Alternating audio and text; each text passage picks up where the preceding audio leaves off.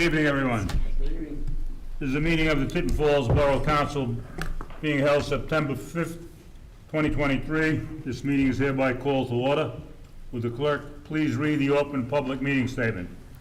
Pursuant to Section 5 of the Open Public Meetings Act, adequate notice of this meeting has been provided by posting on the bulletin board at Borough Hall and by notification to the Asbury Park Press, the Newark Star Ledger, and the New Coaster at least 48 hours prior to the meeting and filing with the Borough Clerk all on December 20th, 2022. May I ask the clerk to call the roll? Ms. Buckley? Here. Mrs. Clay? Here. Dr. Dobrin? Here. Mr. Nessie? Is absent. Mr. Manginelli? Here. At this time, I would like to invite everyone to join me in reciting the Pledge of Allegiance. Pledge allegiance to the flag of the United States of America and to the republic for which it stands, one nation, under God, indivisible, with liberty and justice for all. Thank you.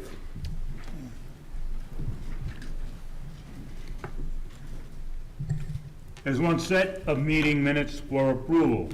May I have a motion to approve the August 8th, 2023 regular meeting minutes? Motion.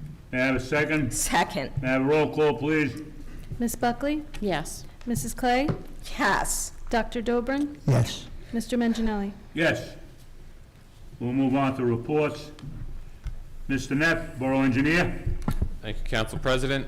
Earlier this afternoon, the Administrator and I had a meeting with the engineer for the softball fields project, as well as the turf representative and representatives from Little League to finalize some of the plans for that project. So that is moving along. We're still on track to start construction sometime this fall. So that is moving forward nicely. Also on consent agenda, we have an authorization to proceed with the design for Wardell Park. I guess you could call it Phase 2 improvements. It's the restroom building out there and the utility extensions for that project. So that one would be designed over the winter and construction would start next year. And just for awareness, we do have an ordinance for introduction related to new regulations for farms and agricultural uses. Just some history on this. Over the years since I've been involved, we've had a few different instances where someone's wanted to do something on their property related to farming or agricultural, whether it's put in a large barn, which has happened multiple times in front of the zoning board, or grow something on their property and sell it. And in the majority of these instances, the uses haven't been permitted. So they've either had to go to the zoning board, pay money to get those approvals, or they just haven't been able to do it. So we worked with administration, some council members, the borough planner, attorney, and came up with a new ordinance to allow a broader range of farm and agricultural uses in the borough. As it exists today, before the ordinance, the uses are really only permitted in the residential agricultural zone, and any properties outside of it, even if they are 5 acres or more, are not protected by the Right to Farm Act because they are not zoned for agriculture. So this ordinance would add the R1 and the R2 zones to the list where farm and agricultural uses are permitted. And then the ordinance is intended to mimic some of the criteria from the Right to Farm Act. So they have to meet certain acreage and dollar amount thresholds for what they're selling on the property. So it all matches what the county and the state uses. And then it establishes requirements if you have farm animals, how far they have to be from the property line, if you have different types of barns, where they can be located, if you have a farm stand, when that's allowed, different signage. So it all sets up regulations. If someone wants to do it, they'd have to apply for a zoning permit. We'd review it, and we'd work with the county agricultural development board as needed to review this and work with them. I don't know if Kevin had anything else to add, or does that pretty much cover it? Yeah, I'll jump in. Tom Neff and I and Charlie Turfenk and a couple of council members went through these in detail. I just want to point out a couple of the more significant changes. The larger farms are typically governed by the county under the Right to Farm Act. This applies, or one of the significant changes is that when property have less than 5 acres of land, in the R1 and R2, people can have agriculture or horticultural products. They can sell, if they sell $50,000 or more annually, or a beekeeper operation with $10,000 more in gross sales annually.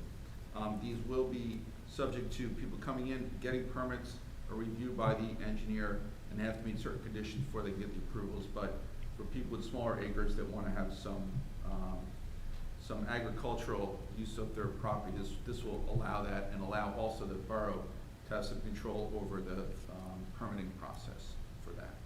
So there are a number of other changes. Most of the others are to make our ordinances consistent with the State Right to Farm Act, and it really tracks the provisions of those statutes. So, Tom, I think that covers it for me. That's all I have. Well, thank both of you for all the work you've done on it. Really great effort. Mr. Fallon? Thank you, Council President.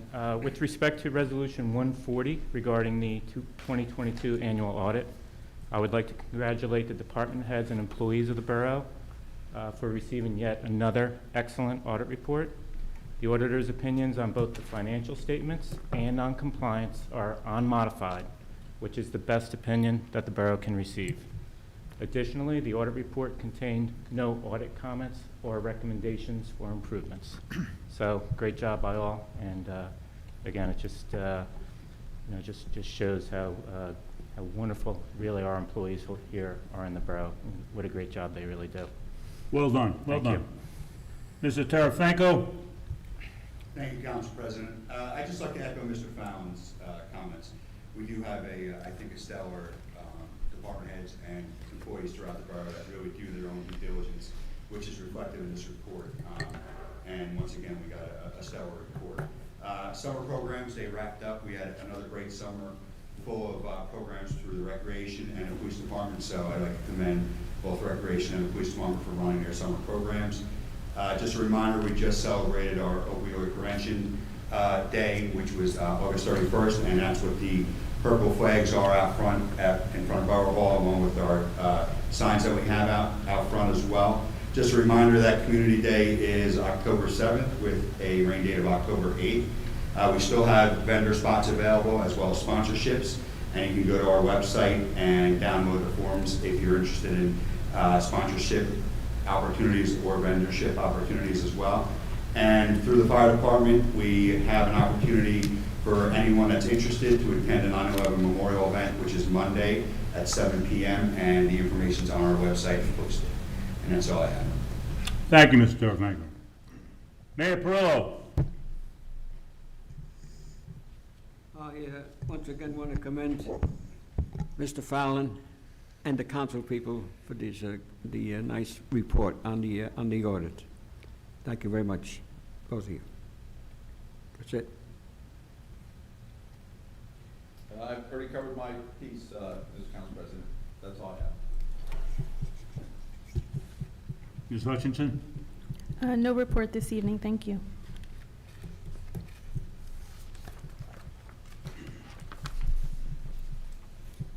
Council reports. Ms. Buckley? Thank you, Council President, and happy return to school for anyone with children. Not to repeat anything that was previously stated, I just want to add the congratulations on the unmodified audit report with no recommendations or comments. Like Mr. Fallon said, and I want to congratulate Mr. Fallon as well as his direct team, as well as all the department heads and administration. It's the best rating you can get on an audit report, and we've had this consistently over the years, over a number of different audit firms, so it's very impressive.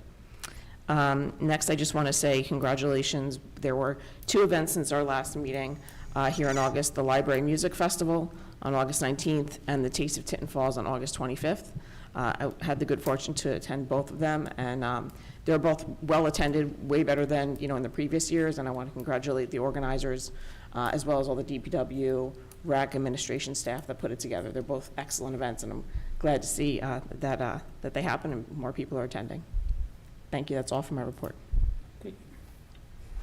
Mrs. Clay? Thank you, Council President. Most of my notes seem to have already been covered. I do want to add that on August 24th, the Board of Ed, there was a summation of summer programs, which went very well, and there was a special mention made by the superintendent about the recreation department and how well they worked with the school to make everything move well and to work with all the students, both in rec and in summer school programs.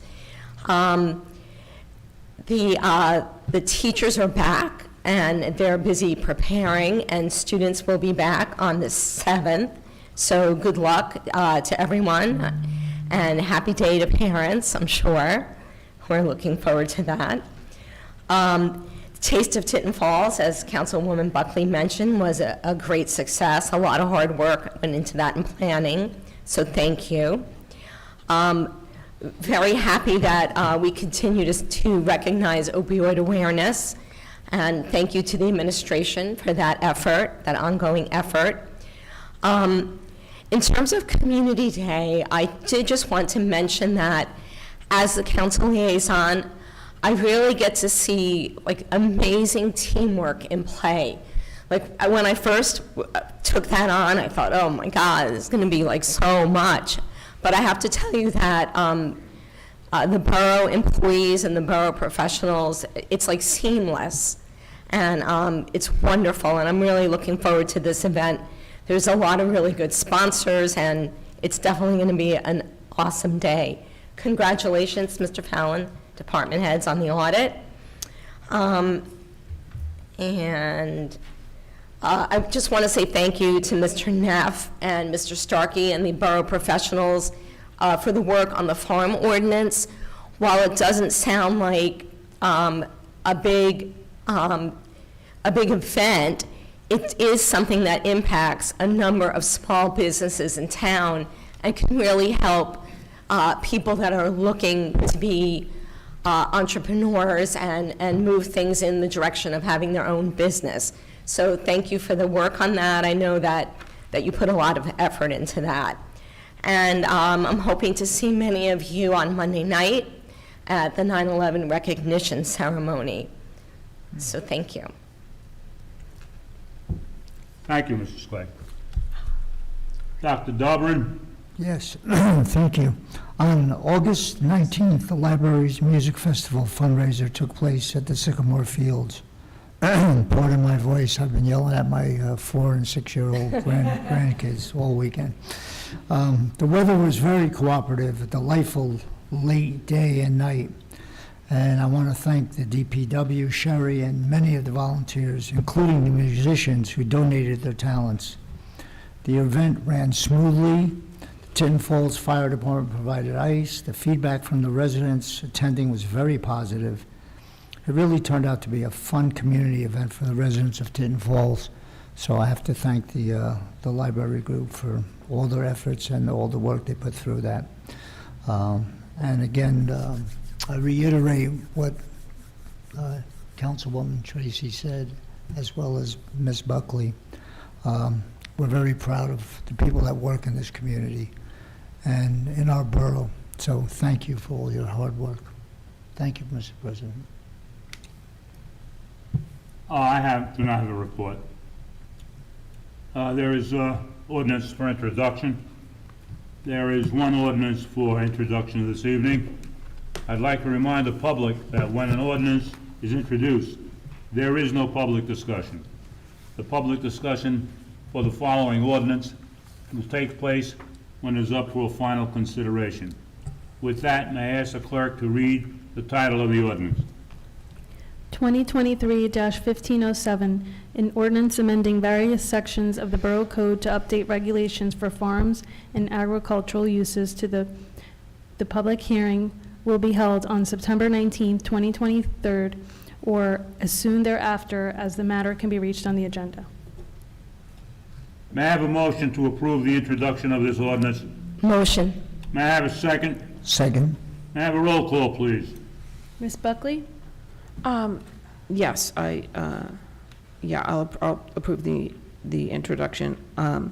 I do just still want to understand how we will enforce this, but we can do that before we finally vote on it. But, thank you. Mrs. Clay? Yes. Dr. Dobrin? Yes. Mr. Manginelli? Yes. Ordinances for final consideration. At this time, there is one ordinance for final consideration. We will hold a public hearing on each ordinance, with comments being limited to 3 minutes. Comments may only pertain to the ordinance. May I ask the clerk to read the title of the first ordinance? 2023-1506, an ordinance amending Chapter 16, Section 9 of the Borough Code to add a new subsection 9.3 to be entitled Privately Owned Salt Storage. May I have a motion to open the public discussion on this ordinance? Motion. May I have a second? Second. All in favor? Aye. Aye. Is there anyone from the public that would like to comment? Please remember to state your name and address for the record.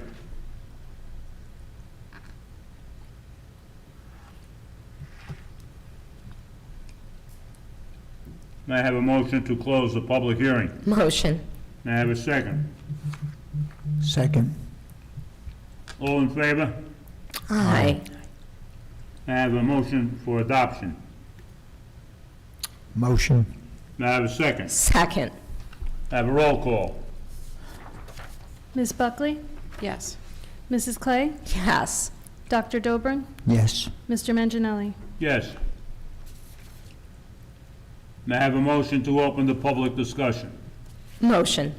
May I have a second? Second. All in favor? Aye. This is the time the public may comment on any topic of their choice. Please state your name and address for the record and limit your comments to 3 minutes.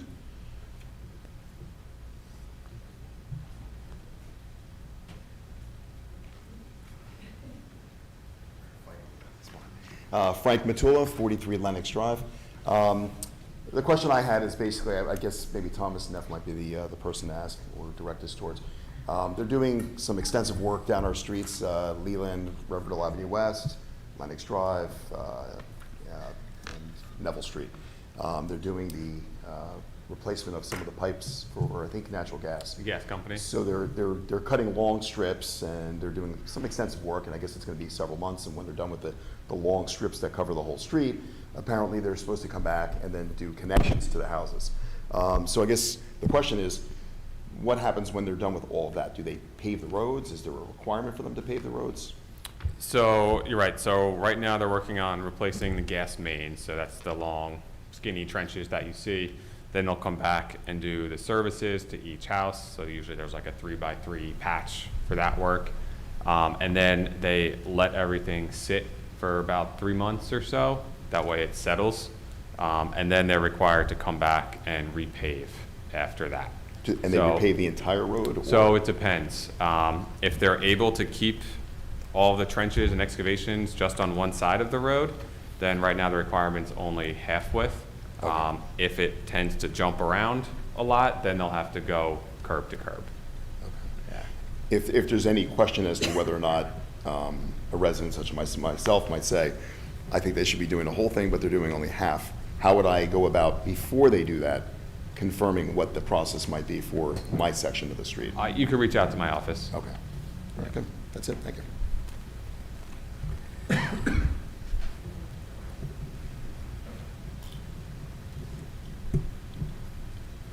Good evening, everybody. I'm Jerry Swinberg. I live at 11 Alpine Trail.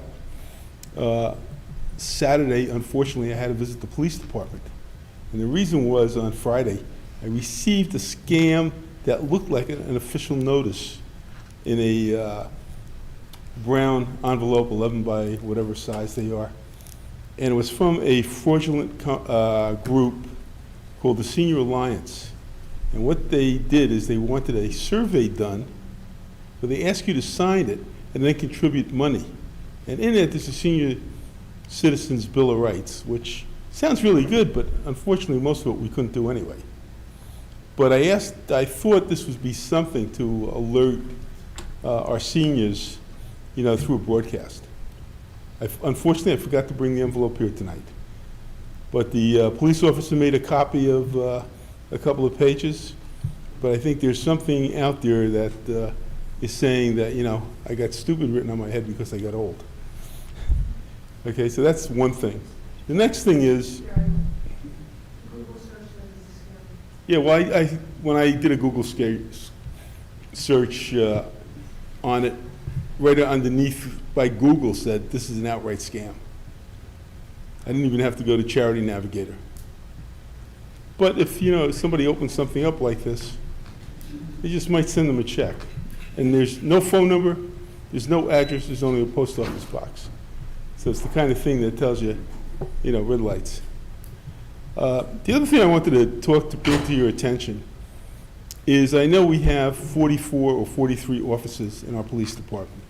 And I've always been a big fan of the police department. They've kept us safe for a lot, but crime is picking up. And in our surrounding areas, there are actually notorious gangs that have taken residence. And they're moving drugs and whatever they can. And they're basically doing the shoplifting and the burglaries. Do we have enough police officers at this time? Should we be looking to build our force off? I mean, you know, a 10 or 15% increase in the number of police officers that we have to give us better protection is a small price to pay when we take a look at the number of residents that we have. You know, drug dealers used to say, stay away from Tinton Falls, because if the cops don't get you, their dogs will. But the dogs have been done away with, I understand now. And those police dogs were phenomenal drug catchers. And these guys get right near our schools. You know, and they almost look like young folks that could be going to those schools.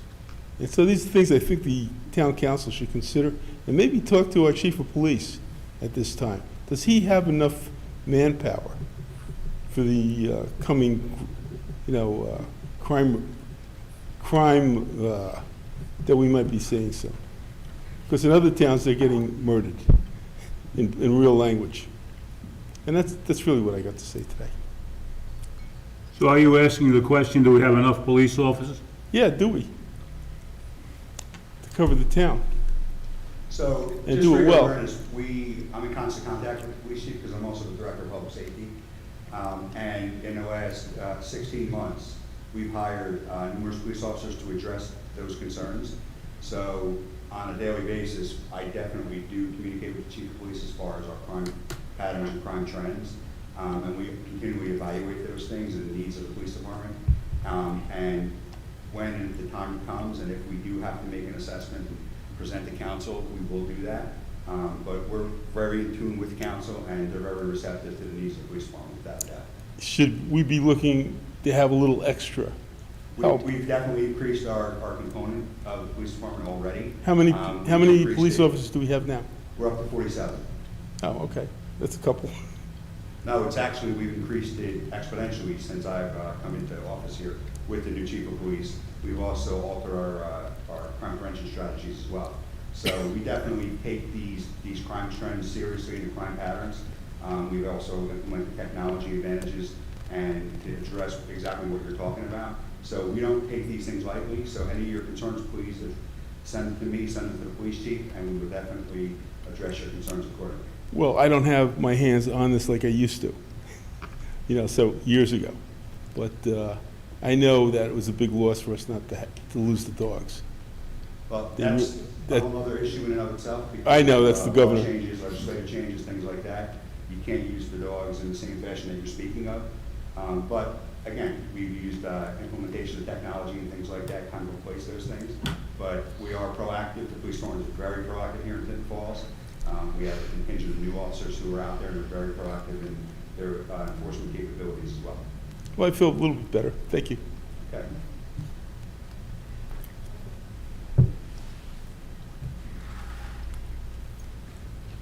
Denise Catalano, 11 Alpine Trail. Do we have any police statistics that have been published or can be published? Like, is crime really up? Is it, if so, what kind of crimes are up in our town? Sure, annually, the Uniform Crime Report does get published, and it's available online. So where would I go to look at that? The FBI actually publishes it annually. Okay, so there's nothing on our Tinton Falls website that has that information for us to look at? The police department publishes their statistics as well, yes. Okay, so do I look under the police department? Yes. Okay, that's all I have. Thank you. Sorry. Steve Minkoff, 9 South Point Circle, Tinton Falls. I think I've talked to most of you through email or Facebook. On the advice of Mr. Neff, he told me to hold off on the presentation to meet with him. I just came to kind of put names to faces and thank you all for the patience of emails. Because for whatever reason I haven't been getting the notifications, and I know I've been about 2 days off. So thank you.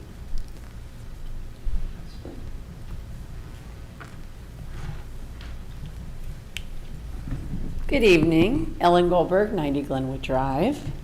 I have a couple of things. First of all, thank you, Dr. Dobrin, for talking about the music festival for the library. I too thought it was extremely successful, gorgeous day, amazing volunteers.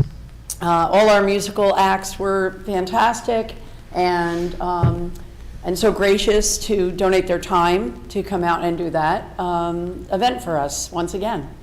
We had multiple repeat performers and we had multiple performers who came out for the first time.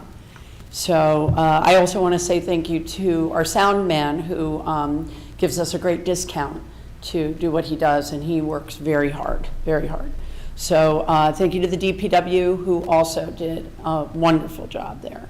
I was also at the Taste of Tinton Falls, and it's another great thing that Tinton Falls should be proud of because it brings the community together. They have a great band that comes out. What are they called? Yeah, I know, I can't remember. But they're just so good, and the food is excellent, and it's just a pleasure to be there. And in that, the fact that we're at the Crawford House is so nice too, because we put a lot into restoring that and getting that as something that Tinton Falls can be proud of. I also wanted to mention, as far as DPW, I know that we have a plastic wrap collection.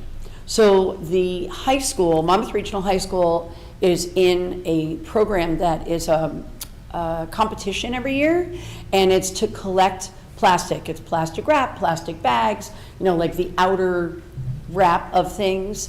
And they came in second place, I believe, for the second time in a row in the entire country, which I think is quite exciting.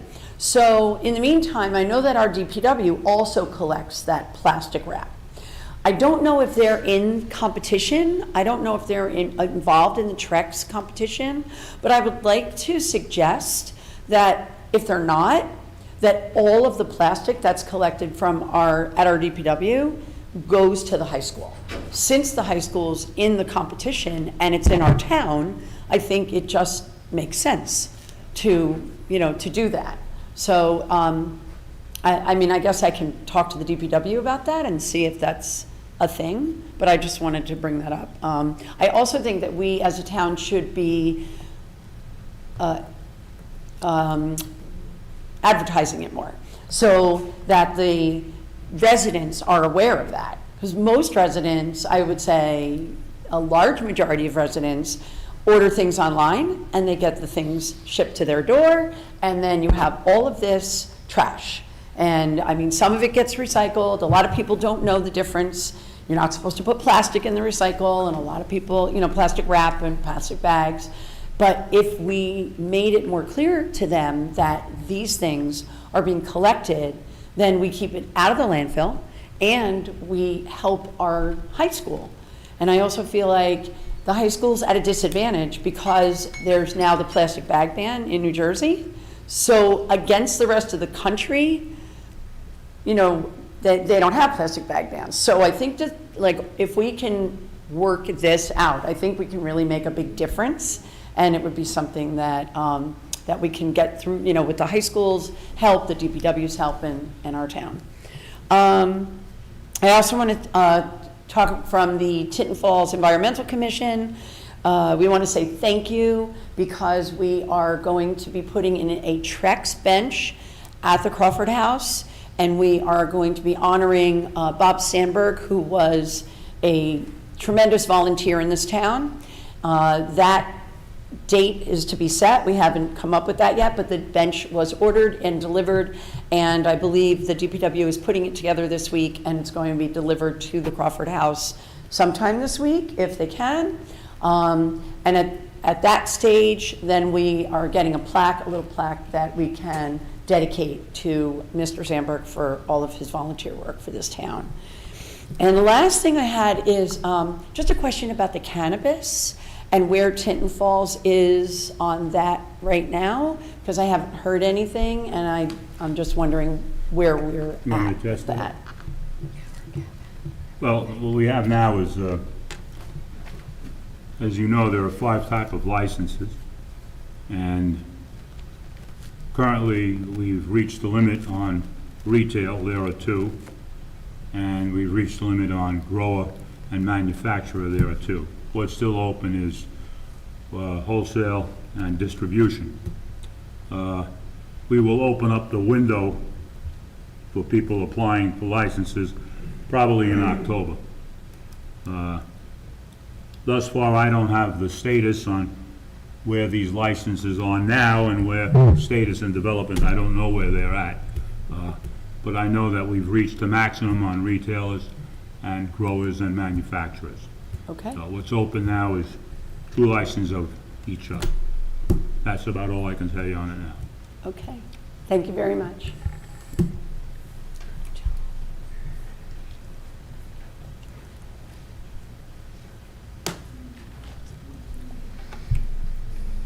Is there anyone else?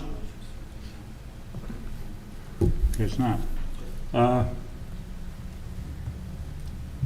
At this time, I would like to ask the clerk if any public comments were submitted prior to the meeting via email. There were none. Close.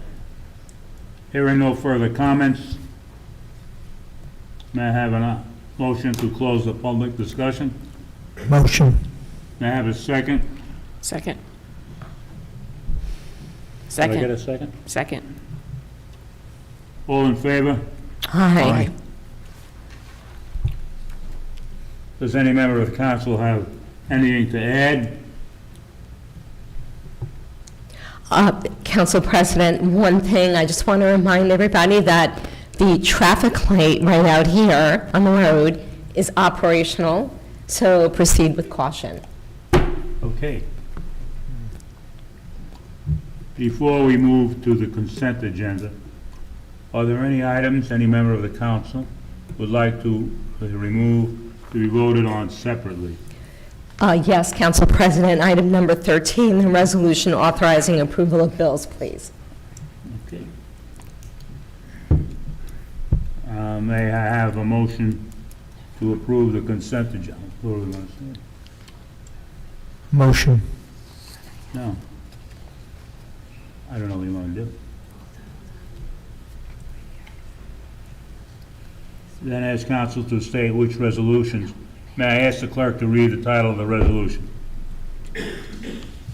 R 23-149, resolution authorizing approval of bills, $5,536,866.29.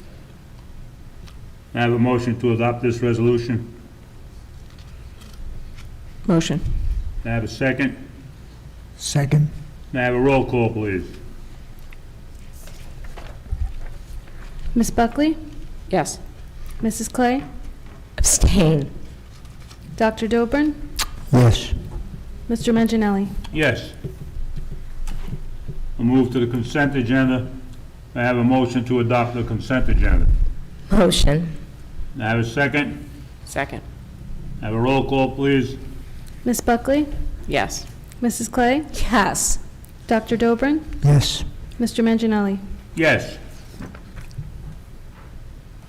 This concludes today's business. May I have a motion to adjourn? Motion. Have a second. Second. All in favor? Aye. Aye. This meeting is now adjourned.